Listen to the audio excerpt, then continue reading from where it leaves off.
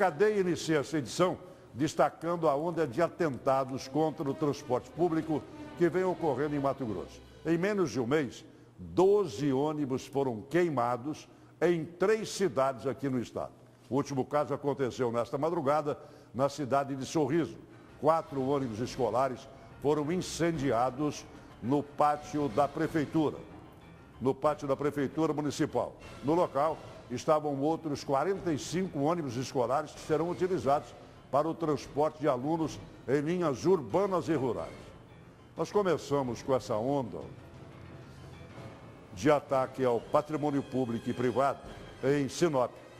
Nós tivemos lá, num dos terminais de Sinop, a queima de, me parece que foram 4 ônibus, né? Joãozinho tem memória fixa, né? É o meu computador aqui. Lá pegaram os autores do atentado que queimou esses ônibus lá na cidade de Sinop.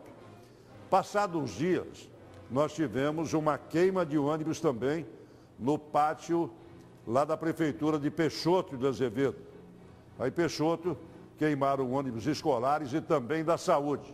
Mas nós vamos agora com mais informações ao vivo com o delegado Tiago Damasceno, que é o responsável pelas investigações. Doutor Tiago, o senhor está falando aí de Sorriso, o que pode ter motivado ou o que motivou, né, essa ação criminosa, já que o senhor está no caso desde as primeiras horas da manhã. Bom dia, delegado Tiago Damasceno. Bom dia a todos os telespectadores. Nós trabalhamos com diversas hipóteses, né? Recentemente, há uns 15, 20 dias, aconteceram ações parecidas na cidade de Sinop e a motivação foram uma certa rebelião com relação às novas revistas que estão sendo feitas nas cadeias, né, da região, de todo o estado, na verdade, né? Não posso dizer que essa foi a motivação do crime ocorrido aqui em Sorriso, mas nós também estamos trabalhando nessa hipótese, né? Todos os setores de inteligência da segurança pública foram acionados para a gente identificar o autor do crime e, consequentemente, a sua motivação. Inicialmente, eu falo que nós estamos trabalhando na identificação da autoria, para posterior identificar a motivação e demais pessoas que possam estar envolvidas no crime. Agora, doutor Tiago, são várias, né, as suposições, as suposições e as deduções rápidas que se chegam num caso desses, né? Nós tivemos a primeira de Sinop, foi dita que seriam os reeducandos ou aqueles ressocializandos da penitenciária de Ferrugem, certo, que teriam ordenado em função de uma série de coisas que aconteciam lá na penitenciária de Ferrugem. certo. Lá em Peixoto, não se sabe o que aconteceu. E levantou-se uma questão aí, que agora tudo que acontece nós estamos duas costas largas, né? Ou 2 destinos certos ou costas largas. Nós temos a droga como pano de fundo, certo, e agora em função da não visita aos reeducandos nesse final de semana, em função da greve dos agentes penitenciários. Tem alguma conotação? O senhor faz essa dedução também ou não?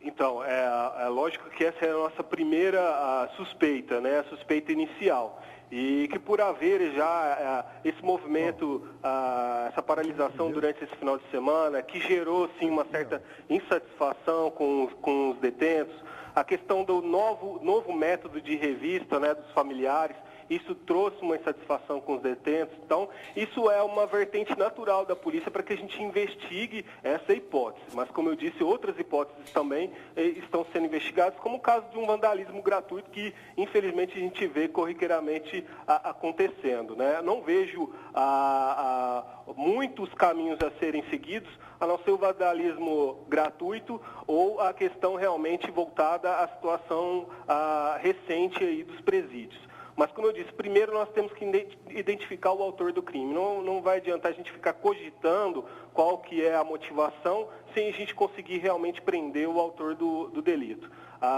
Como eu disse, todas as hipóteses serão investigadas, nenhuma hipótese é descartada, tanto que o crime pode ter partido com determinação de dentro da cadeia pública, ou daqui, ou de Sinop. Existe muito vínculo dos criminosos de Sorriso com os criminosos de Sinop, é por isso que a gente não pode descartar realmente essa possibilidade, mas também o vandalismo gratuito a gente também investiga. A testemunha, temos uma única testemunha, né? Às vezes a imprensa noticia fatos que não são verdadeiros. Vou deixar bem claro que existe apenas uma testemunha, que é o segurança que estava no local, um senhor de idade que estava no local e que teria visto alguém arremessar o galão e que com esse arremesso deu início ao incêndio.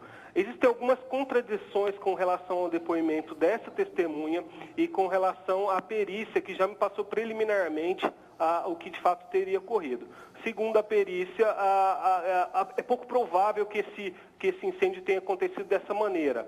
A forma que o incêndio aconteceu para mim também não é tão importante, mas confiei na palavra da testemunha que disse ser um único indivíduo, não dois, como alguns canais estão noticiando.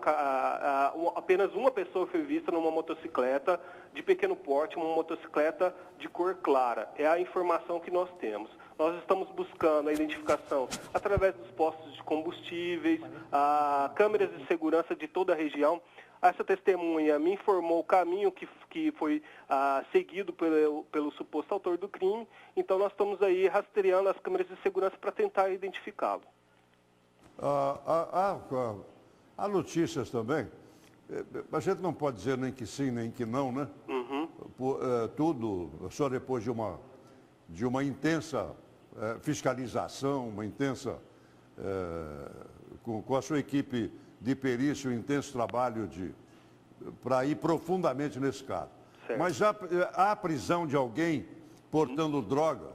Não. Porque a notícia que nós tivemos, o senhor já descreveu, mas eu faria questão de descrever, que eu conversei com o meu amigo Carlos Alberto, da Rádio Sorriso, hoje pela manhã, no programa de rádio.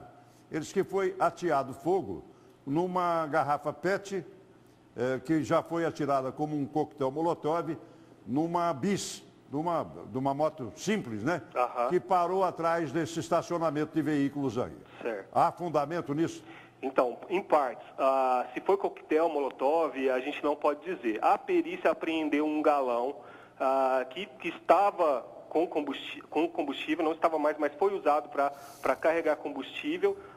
E a perícia falou que se aquele galão foi utilizado para incendiar os ônibus, ele não foi arremessado.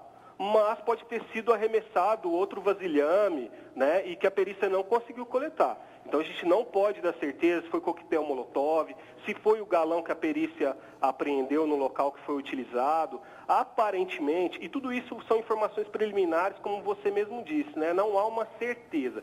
Eu estou passando as suspeitas iniciais. Para quem esteve no local, como eu, como os peritos, aparentemente a gente não está acreditando muito nesse arremesso, porque o que nos parece pelo local é que o combustível foi espalhado e depois que foi ateado fogo no local.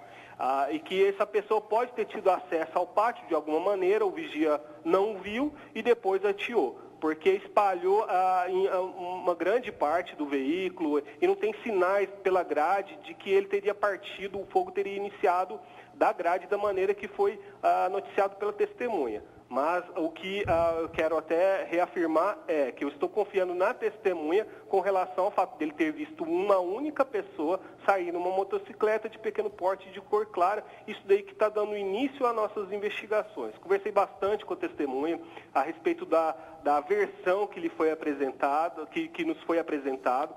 Expliquei para ele que a versão dele que daria início à nossa investigação, que seria uma questão muito séria e que eles nos passassem realmente o que de fato aconteceu. E ele reafirmou que viu uma única pessoa deixando o local. Perfeito. E uma motocicleta da maneira que eu descrevi. Perfeito, doutor Tiago. Muito obrigado. Em nome do grupo, eu te agradeço muito. E eu que agradeço. Qualquer notícia nós entraremos em contato. Muito obrigado. E pelas imagens que a gente tem, se nós tivermos essa imagem pelo alto, uma imagem, uma tomada geral desse pátio, a gente vai ver que se esse fogo se alastrasse, nós teríamos mais de 40 ônibus queimados aí no pátio e todos os ônibus da educação. Esse tocha humana que está queimando, que isso é tocha humana, né? Aliás, tinha uma revistinha antigamente que tinha o Tocha Humana, um gibi, né? Tocha Humana. Esse Tocha Humana que está atuando, ele foi para o patrimônio público e pegou o patrimônio privado também em Sinop. Mas vamos torcer para que as autoridades consigam, nessas diligências, prender o mais rápido. Olha o número de ônibus que tem aí, ó. Se esse fogo se alastrasse, o prejuízo que a Prefeitura de Sorriso, não a Prefeitura de Sorriso, o prejuízo que os alunos da rede, da rede que é servida, esses alunos que são servidos por esses ônibus escolares sofreriam.